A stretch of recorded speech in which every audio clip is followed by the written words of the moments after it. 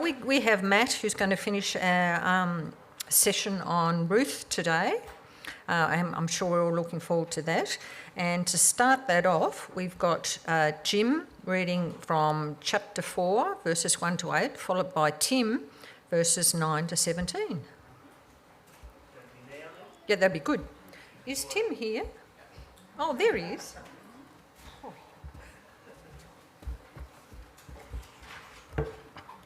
It's up there. Oh, there's two. Did you want this? What do you do with it? Well, I'll read this one I got here, but I think it might be the same. Now Boaz had gone up to the gate and sat down there, and behold, the Redeemer, of whom Boaz had spoken, came by. So Boaz said, "Turn aside, friend, sit down here." And he turned aside and sat down. And he took 10 men of the elders of the city and said, "Sit down here." So they sat down. Then he said to the Redeemer, "Naomi, who has come back from the country of Moab, is selling the parcel of land that belonged to our relative Alimelech. So I thought I would tell you of it and say, buy it in the presence of those sitting here and in the presence of the elders of my people. If you will redeem it, redeem it. But if you will not, tell me that I may know, for there is no one besides you to redeem it, and I come after you." And he said, "I will redeem it." And then Boaz said, "The day you buy the field from the hand of Naomi, you also acquire Ruth the Moabite, the widow of the dead, in order to perpetuate the name of the dead in his inheritance." Then the Redeemer said, "I cannot redeem it for myself, lest I impair my own inheritance. Take my right of redemption yourself, for I cannot redeem it." Now this was the custom in former times in Israel concerning redeeming and exchanging. To confirm a transaction, the one drew off his sandal and gave it to the other. And this was the manner of attesting in Israel. So when the Redeemer said to Boaz, "Buy it for yourself," he drew off his sandal.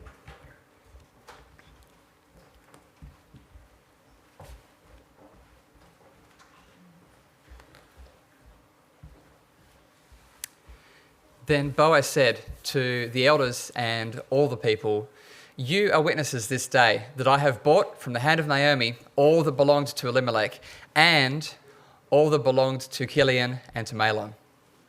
Also Ruth the Moabite, the widow of Mahlon, I have bought to be my wife, to perpetuate the name of the dead in his inheritance, that the name of the dead may not be cut off from among his brothers and from the gate of his native place. You are witnesses this day."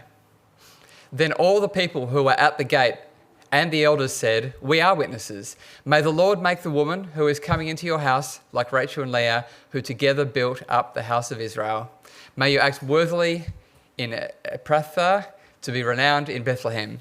And may your house be like the house of Pereth, who Tamar brought to Judah, because of the offspring that the Lord will give you by this young woman." So Boaz took Ruth, and she became his wife. And he went into her, and the Lord gave her conception, and she bore a son.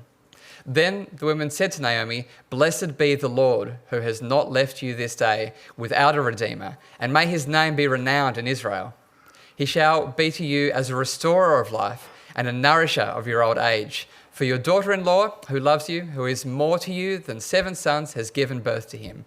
Then Naomi took the child and laid him on her lap and became his nurse. And the women of the neighbourhood gave him a name, saying, "A son has been born to Naomi." They named him Obed, and he was the father of Jesse, the father of David. I think it's Pentecost Sunday in the church calendar. From the very little that I know about that, I think this usually takes place on the Sunday 50 days after Easter falls. And I bring that up, hope that's true. I bring it up because it's kind of interesting. As far as I know, the Feast of Pentecost, Pentecost Sunday, is based on a Old Testament Jewish ceremony. It was called a bunch of things, including the Feast of Weeks that we read about in the first 5 books, I think primarily Leviticus and Numbers, so that the Jews were told to celebrate the Feast of Weeks. And when they were celebrating the Feast of Weeks, they had some readings that they would undertake together publicly. And as far as I know, it turns out Ruth was one of those readings. They would read the entire book of Ruth every time they celebrated the Feast of Weeks, every year, or Pentecost, which is interesting. It used to be a big deal, I think, back in the day in the church calendar. I'm currently reading King Arthur and the Knights of the Round Table, all the tales and adventures with Hud. And it's amazing, Pentecost gets more airplay than Christmas does. And so every single Pentecost, there'd be some kind of Pentecost Sunday, there'd be a big feast. So Arthur and his boys would sit down, celebrate a great big feast, take a break from all that jousting and tournaments and questing and stuff.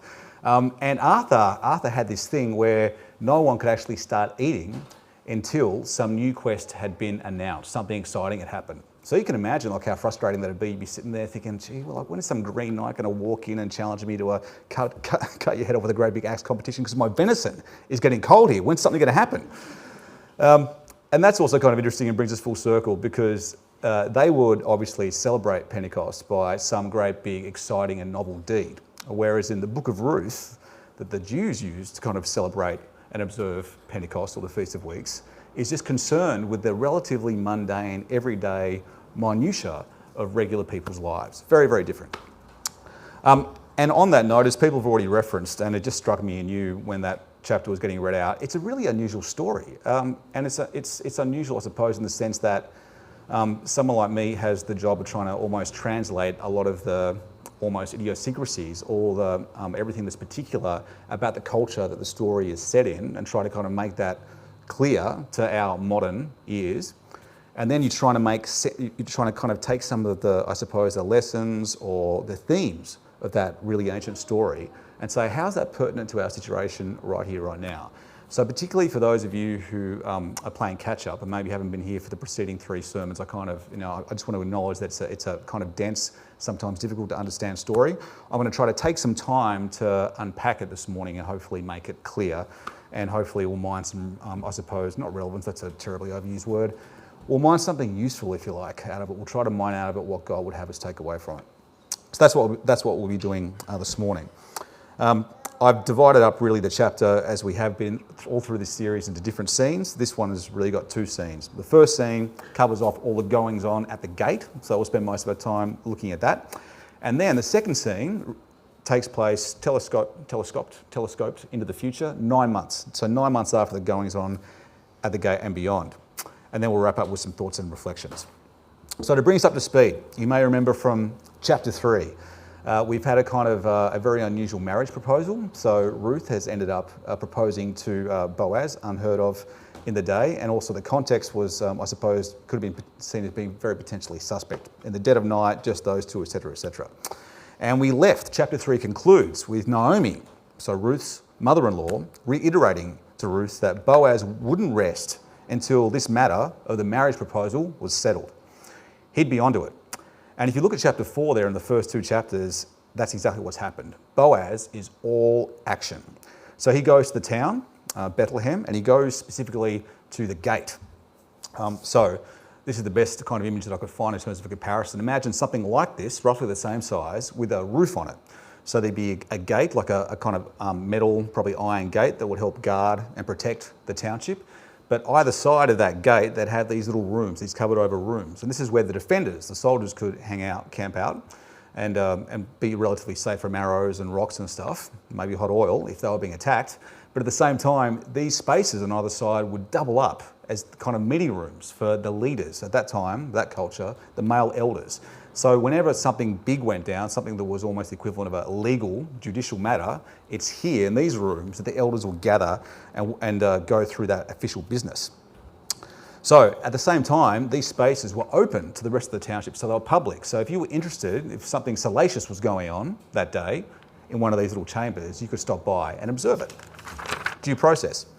And it's here that Boaz places himself. So he sits down on official business, and behold, as some of the translations read, like lo and behold, the very man that he wants to transact with walks past, presumably on his way to work the fields that day. And remember in chapter 3, Boaz had taken an oath in Yahweh, the God of Israel's name, that he was going to make this marriage happen. And here we see that Yahweh, working behind the scenes, is making it happen by ensuring that these 2 guys cross paths. So Boaz, he immediately organises 10 elders of the town, so I guess maybe that's the quorum that he needed, to witness what was effectively a legal negotiation with binding consequences. And as a side note, like all of this speaks to the kind of standing that Boaz must have had in the town, his reputation, because he's just changed the plans of 11 people. So suddenly their plans for the day are changed. And at least 10 of those people were men of importance. And Boaz was the kind of guy that could make that happen. That's no small thing. So verses 3 to 8 cover the negotiations between Boaz and the unnamed other guy. So the translation we read called him friend. Other translations read something like, hey you. The most important thing is that this guy, he's never mentioned, because to some degree, his consequential actions reflect his relatively kind of low standing in the story, particularly compared to Boaz. Because you'll see just the sheer amount of words that get played out here in the next couple of verses, 90% of them are all Boaz. It's Boaz, Boaz, Boaz. And what's initially up for grabs here in this little negotiation is the right to redeem the land. And this goes back to Dave's question. So it's worth remembering, Alimelech, 10 years prior to this, had been reduced to having to leave his home country and go somewhere else for work because of the famine for work and food. So you can kind of presume that before he reached that drastic stage, he'd sold the land. So he had sold the land that he owned. And it's worth remembering that in the, like the Old Testament Jewish society, the land was critically important, that the land stayed with the apportioned tribe and family that it was originally given to. So they had that year of Jubilee. Every 50 years, the land would be returned to its original owners. So to some degree, you could never really lose the land. You could sell it, but it would eventually be returned to you. So what probably happened is that before, again, having been forced to leave his hometown and move effectively cross borders, Alimelech had sold the land. So that's why when Naomi returns, she can't work it. And again, under Jewish law, very patriarchal at the time, she had no right to be able to sell that land either. It went to other family members.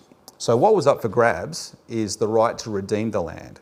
That is the process of being responsible for returning it back to the family, making sure that the land eventually makes its way back to the family. And once it was returned, whoever was overseeing that would be able to farm it. So it would probably offer some advantage. Someone would be able to work that land. And so that is the initial stake. So this guy, the unknown guy, he knows that Boaz is also implying that he, Boaz, is interested in having that right to redeem it if the unnamed guy doesn't want to. So he weighs it all up pretty quickly and says, sure, I'll do it. I'll take that responsibility and I'll negotiate getting the land back. But now Boaz really shows his skills as a negotiator and says what could literally be translated as this. On the day you buy the field from the hand of Naomi, and Ruth the Moabite, the wife of the deceased, you acquire. Now, a few things here. As I said in the last talk, neither Boaz or the other guy were technically obliged to marry Ruth. There was nothing that specified in the Hebrew law that this was something they had to undertake.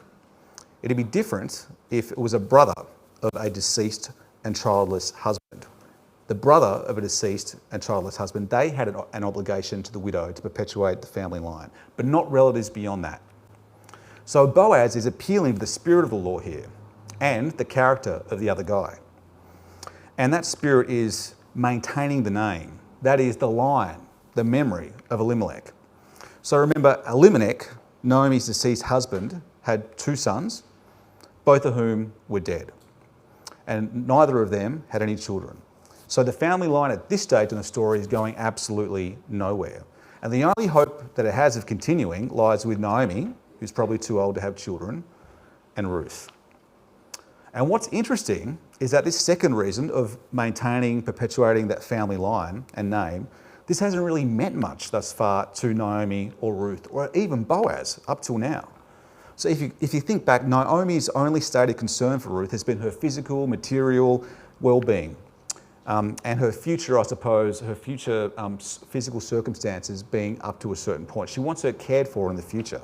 That's why she concocted the plan for Ruth to approach Boaz in chapter 3. So the only person thus far who seems to be concerned with this perpetuating of the family line is the narrator. And that's worth remembering. So the potential new wife and possible child changes everything for the other guy. And he withdraws suddenly his acceptance of being the Kinsman Redeemer. Why so? Well, you'll notice there Boaz had cleverly gone out of his way to introduce in front of all these people Ruth as Ruth the Moabite. So perhaps the other guy was concerned about marrying. What? That's not even a word. That's like between harrowing and marriage. Where did that come from? So perhaps the other guy was concerned about what marrying a Moabite would do for his reputation and his standing. Maybe. Or maybe he was thinking far into the future and facing up to the likelihood that if Ruth did have a son with him, the son would still be counted as belonging to the line of Alimelech, and so the property would follow the son. It wouldn't stay with the other guy's current family. Does that make sense? Regardless of why, it was a thanks but no thanks from the other guy, and it was sealed with a ceremonial taking off and handing over of one sandal. So Boaz follows the sandal ceremony with a charge to those who were there. Charge them to observe and witness everything that had just taken place. So he says, "Today you are witnesses." And he says that not once, but twice. So now he has the witnesses, and again, this would have been a mixture of the town elders or leaders, but also the crowd who had gathered, and most importantly, he has a sandal. So he can pull that sandal out in the future in the event that someone challenges the legitimacy of his marriage to Ruth. Don't make me go get the sandal. Don't make me go get the sandal. But again, here we see that Boaz emphasises not just his right to redeem the land or his intent to marry Ruth, but also the perpetuation of that family line. So look there in verse 10. He says again, to maintain the name of the dead with his property, so that his name will not disappear from among his family or from the town records. So it's worth remembering that the Israelites back then, they had a very different, this is a generalisation, a different belief about the afterlife of heaven, of the kingdom of God than we have. For them, what happened after death was a lot more murky, and it may not have involved any kind of conscious existence. So for them, keeping their name alive, via their ancestors was a big deal. It meant a lot. Okay, but again, this wasn't important enough, this theme of keeping that name alive, perpetuating the line. It wasn't important enough for Naomi or Ruth to warrant a mention in their plans at all. So again, Boaz has brought this to the table. So in verses 11 and 12, we see the response to this announcement brought from the crowd. And they were surprisingly really happy and enthusiastic. Because again, remember, Ruth was an outsider. She was a Moabite. She wasn't a natural-born Israelite. And yet the crowd, the witnesses, blessed her with some pretty heavy blessings. May Ruth be like Rachel and Leah. Rachel and Leah, they were the two wives of Jacob, who were responsible, and again it's important to say they weren't solely responsible, it was themselves and their handmaidens / house help or servants. But between them, they were responsible for giving birth to the 12 sons of Jacob, so the 12 tribes of Israel. So they were matriarchs, I suppose, in terms of Jewish history. And now Ruth, an outsider, is being compared to them. And in verse 12, we also see a reference to, well, I'm going to say Perez, but maybe just Pereth, I don't know, but Pereth, whom Tamar born to Judah. So a comparison is being made between Ruth and Tamar. Both were widowed without children. Both had sons courtesy of family members outside their husbands. And both were married into and extended the line of Judah. But there are also profound differences between Ruth and Tamar that we'll get to later. So that's the first scene. What went down at the gates. Now the second, fast forward to at least 9 months ahead, and in verse 13, we read that Ruth has had a son. But look at how the event is presented. A literal rendering would be, the Lord gave her conception. The Lord gave her conception. And again, this is worth noting because this is only the second time in the book of Ruth that God is presented as the active agent, the subject of a verb. So the narrator is probably making the point that after presumably 10 years of not being able to bear a child with Mahon, her previous husband, God has miraculously allowed this birth to happen. It's from God. It is a minor miracle. And if you look at verses 14 to 15 there, we have what you could call the chorus again. So there's kind of this group of unnamed, unspecified women of Bethlehem who helped open the book way back in chapter 1. And now they're celebrating Naomi's situation, which is almost strange because the cause for celebration is Ruth becoming a mother, not Naomi. They say, praise or bless the Lord. And why? Because God has provided Naomi with a kinsman redeemer. Now here we come across this term again, kinsman redeemer. Previously, it's been used in relation to Boaz in its formal/official sense. And some commentators suggest that it's Boaz who's being referenced here again. But the verse says the blessing is specifically in relation to this day. Specifically, this day. And it goes on to say in the passage that this kinsman redeemer will sustain her, that is Naomi, in her old age. And this makes much more sense if it's not Boaz, but the much, much, much younger and fresh off the press, Obed. So I'd suggest that the kinsman redeemer reference is to Obed, not Boaz.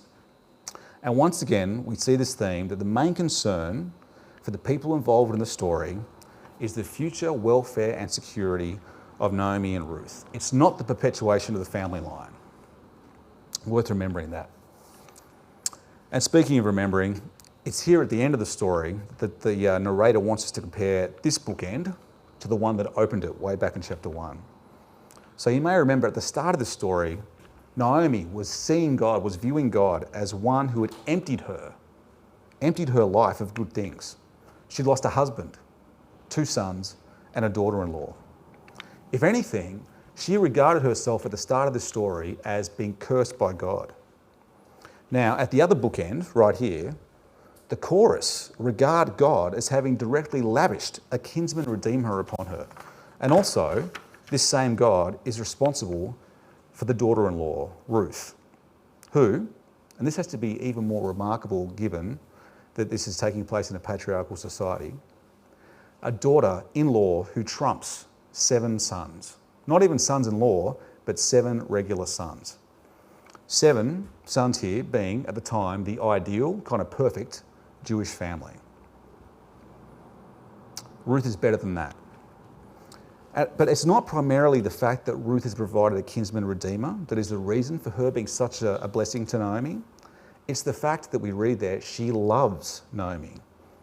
And her love of Naomi is her stellar standout quality. And what's the essence of that love? How has that been demonstrated? By self-sacrifice.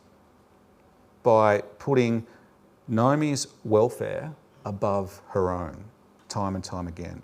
It's that hesed again we talked about last time, that faithfulness, that reliability, and that generosity towards other people that is based in actions, even more so than words. And Ruth has just exemplified this. And putting it in its broader context, she's exemplified the command that we first heard about in Leviticus 19:18.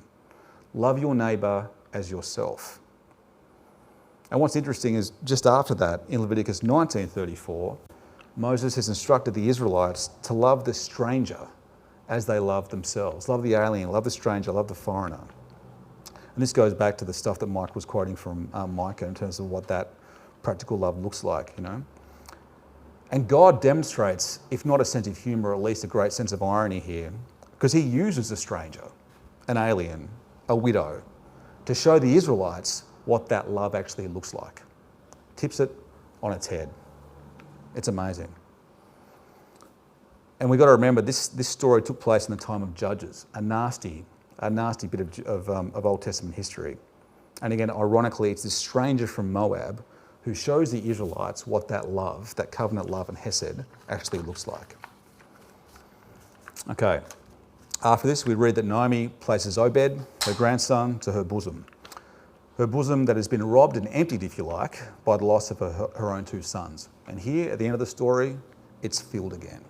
It's beautiful. And this is where the book could have wrapped up, but it doesn't. Instead, it concludes with a genealogy, a list of ancestry, starting from one of the sons of Judah, Perez, and ending with probably the most famous figure in the Old Testament, and an ancestor of Christ, David. And why is that? Why does it finish there, and not with a neat, beautiful picture of Naomi holding Obed? And that brings us to some closing thoughts about the book. So you may recall, as I've already mentioned, that the book is set in the time of the Judges. So rampant with unfaithfulness towards God and neighbour, people doing what was right in their own eyes. A jungle, dog eat dog, etc., etc. And it also involved the Israelites living in a cycle. Follow God, things are going well. When things are going well, start following idols. Things go badly, cry out to God. He rescues them via judges. Things go well, then they stop following God, etc., etc. So if you were a regular, typical, faithful Israelite of the day, you could be forgiven for wondering, where's God? Because he seems to appear and then he disappears. And more importantly, where is the favour that God promised us as part of the covenant?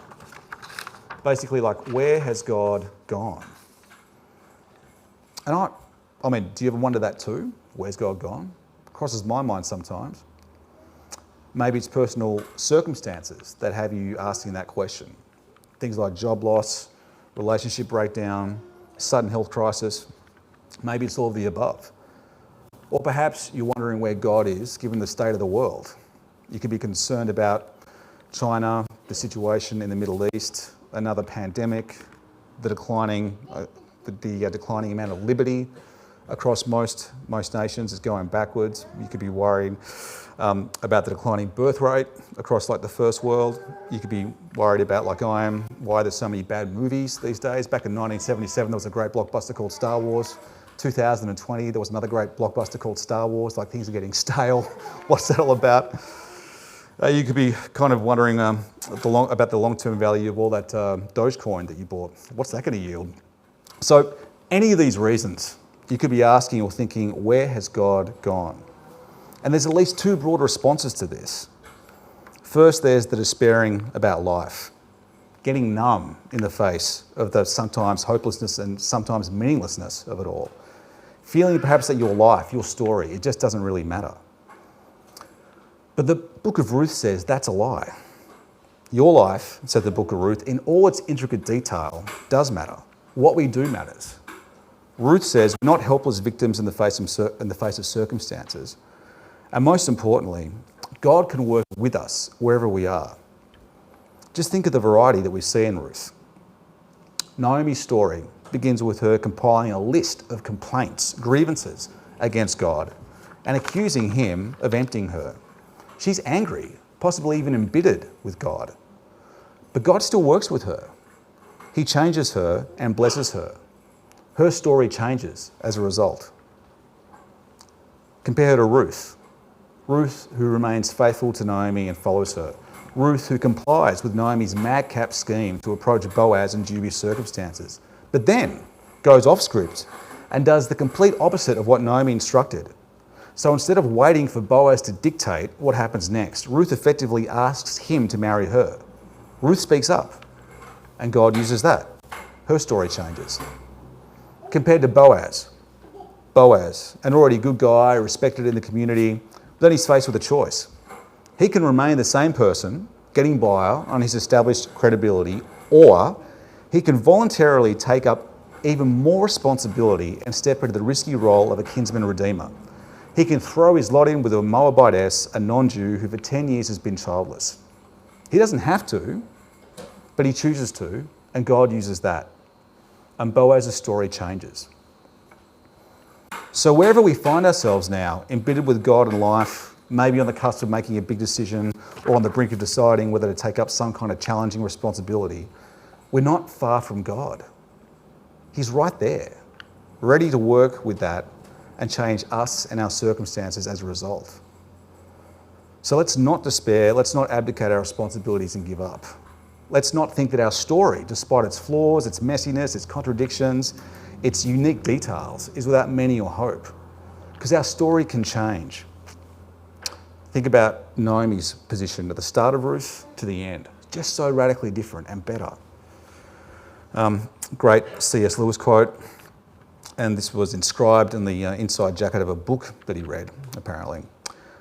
He wrote, "It's not an abstraction called humanity that is to be saved. It is you, all that you are. Every fold and crease of your individuality was devised from all eternity to fit God as a glove fits a hand. All that intimate particularity which you can hardly grasp yourself, much less communicate to others, is no mystery to him. He made those ins and outs that he might fill them." That's a great line. He made your ins and outs that he might fill them. So where's God gone? He's right here, working in the midst of our peculiar and unique lives. So that's one response to what can seem to be a world without God, giving up on our lives and our existence. And another is to go the other way and make our lives, our story, the centre of the world. If God's gone, then I suppose it leaves me in charge. My story becomes the story, and I'm its author. So I follow my heart, I write the script, I imagine what I want people to say about me at my 80th birthday, and I plan my 5-year goals accordingly. I make the list of unhelpful/toxic relationships and I cut them off via text if I'm brave, or just not returning their phone calls if I'm not. I'm a self-made and self-authored man. But again, here's the wisdom of Ruth. My story counts, we've established that, but it finds its proper place in the larger, more important story. It's not the story. My story fits into that larger story, but the larger story isn't dependent upon my story being perfect and always Instagram worthy. And that genealogy at the end of Ruth says it all. Again, it starts with not Judah, son of Jacob, but Perez. Perez's mother was Tamar. We've mentioned the positive comparisons between Tamar and Ruth, but if you go back to Genesis 38, which explains the circumstances of Perez's conception, you'll be confronted by the differences between them. It is a sordid, tawdry tale. It's not full of shining moral examples. But yet, she and Perez are mentioned here because the larger story is ultimately not about them or how worthy they were. And having another look at that genealogy, we know a lot about Boaz, thanks to the book of Ruth, but what about his son Obed? He gets virtually zip attention after this, despite the celebration of the women of Bethlehem. And his son Jesse, he gets a relatively small mention in 1 Samuel, but that's really only due to being the father of David. So these guys, they weren't big players on the world stage, but God still takes their minor stories and incorporates them into the most important story. That is the birth of Christ. Or think again of the focus, the focus that concerned people in this book right up until this genealogy. Naomi, Ruth, and the chorus, they've been mostly concerned with the future material welfare of Ruth and Naomi, making sure that they're provided for. But the book doesn't end there. That's not the narrator's primary focus or concern. Instead, the genealogy points to the larger story. But even that stops at David. That's as far as the horizon goes. Even the narrator isn't aware that there's a larger story beyond David, one which finds its ultimate fulfillment in Christ. And that's the story of God reconciling the world back to himself, the story of salvation. And I think that's good news, being part of something that is larger and so, larger and bigger than us. I find that personally liberating. The fact of being responsible for your life, being solely responsible for your life could just be a terrible and crushing burden, I think it'd break people. But even more importantly, perhaps our story, being part of a larger one, helps us deal with disappointment, pain, and suffering. I'm going to finish with this quote, which I think just says it beautifully, and this comes from the late, great Eugene Peterson. It was a tremendous resource in putting these sermons together. So this is a quote from him, in which, for bonus points, he quotes from C.S. Lewis. I'm not sure if it gets any better than Eugene Peterson, quoting C.S. Lewis. He writes this: via the genealogy, I can find that my life is part of the story of salvation. I can live with confidence. Having gotten some of the details of my life tied into the clearly narrated ways of salvation history, I no longer have to know the meaning of all the details. If I know that I am part of an existence that has discernible meaning, I don't have to scrupulously figure out the meaning of each feeling or gesture or pain. And listen to this. I don't have to know at any given moment the whole story if I am convinced that there is a story. As C.S. Lewis says, we ride with our backs to the engine. We have no notion what stage in the journey we have reached. A story is precisely the sort of thing that cannot be understood till you have heard the whole of it. It's great, isn't it? So we can trust that we're involved in something bigger than us. We know where we've come from, our origins, and we know where we're going, our destination. And this helps us deal with everything in between. In the meantime, let's not give up on hope, and let's continue to exercise Hesed at every opportunity that we get. Thanks, and let me pray. Father, Again, we thank you for these sometimes strange, perplexing stories and tales from the Old Testament. We thank you that despite being just so old and ancient and sometimes foreign to our ears, there's so much that we can glean from them. So we thank you for the testimony of your word. We thank you that despite your large scale, your grandness, you still work amidst the details of ordinary people's lives. We thank you that we aren't some kind of abstraction in your eyes, but you see us as individuals. You're more familiar with us than we are of ourselves. And we thank you that you value that.